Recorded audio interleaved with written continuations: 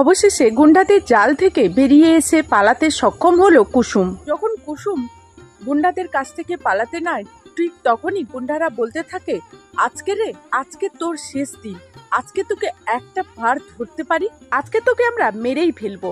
তখনই কুসুম মনে মনে ভগবানকে ডাকতে থাকে আর বলতে থাকে, হে ভগবান, আজকের আমাকে তুমি একটা রাস্তা দেখাও, যে করে হোক না কেন আমাকে জীবিত অবস্থায় বিয়ের আসরে পৌঁছতে হবে, না হলে আমি সঞ্জয়ের আসল মুখোশটা খুলতে পারবো না।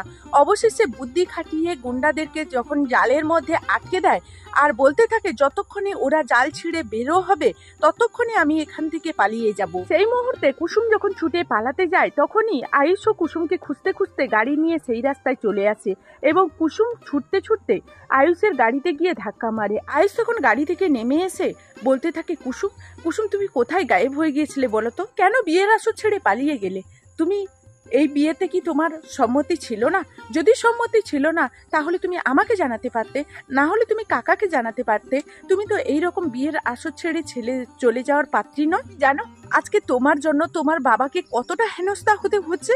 তখনই কুসুম বলতে থাকে, আয়ুষবাবু আমাকে আপনি বাঁচান, যতটা সম্ভব তাড়াতাড়ি আমাকে এখান থেকে নিয়ে গিয়ে বিয়ের আসর পর্যন্ত পৌঁছে দিন। আয়ুষ বলতে থাকে, কুসুম তুমি ঠিক আছো তো? তুমি এতটা ঘাবড়ে আছো কেন? তখনই কুসুমি ইশারা করে গুন্ডাদেরকে দেখায় আর আয়ুষ তখন গুন্ডাদেরকে দেখা মাত্রই বলতে থাকে, এই গুন্ডারা তোমাকে তাড়া করেছে? তখনই কুসুম বলতে থাকে, এই গুন্ডারা আমাকে তাড়া করেনি, এই গুন্ডাদের হাতে রীতিমতো আমাকে সঞ্জয়বাবু তুলে দিয়েছে। গুন্ডারা আমাকে গায়েব করে নিয়ে চলে এসছে আর এই গুন্ডারা হলো সঞ্জয়বাবুর ভাড়া করা লোক।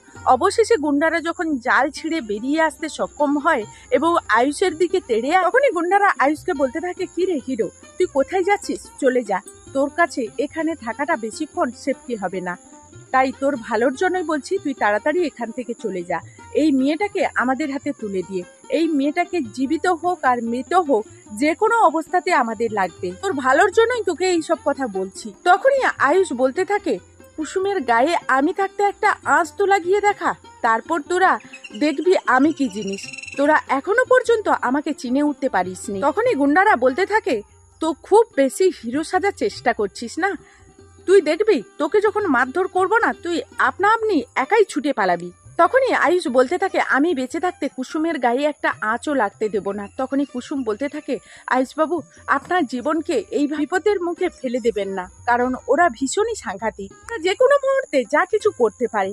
ওরা আমাকে চাইছে, প্লিজ আমার যা ক্ষতি করার ওনাদের করতে দিন, কিন্তু আপনি এখান থেকে চলে যান। তখনই আয়ুষ বলতে থাকে, কুসুম আমি তোমাকে এখান থেকে না নিয়ে কোথাও যাব না, আমিও দেখবো ওরা কি করে তেড়ে আসে তোমার দিকে। গুন্ডারা কুসুমের দিকে তেড়ে আসে আর তখনই আয়ুষের সঙ্গে মারধর শুরু হয়ে যায়। তখনই আয়ুষ বলতে থাকে, এত বড় দুঃসাহস তোদের।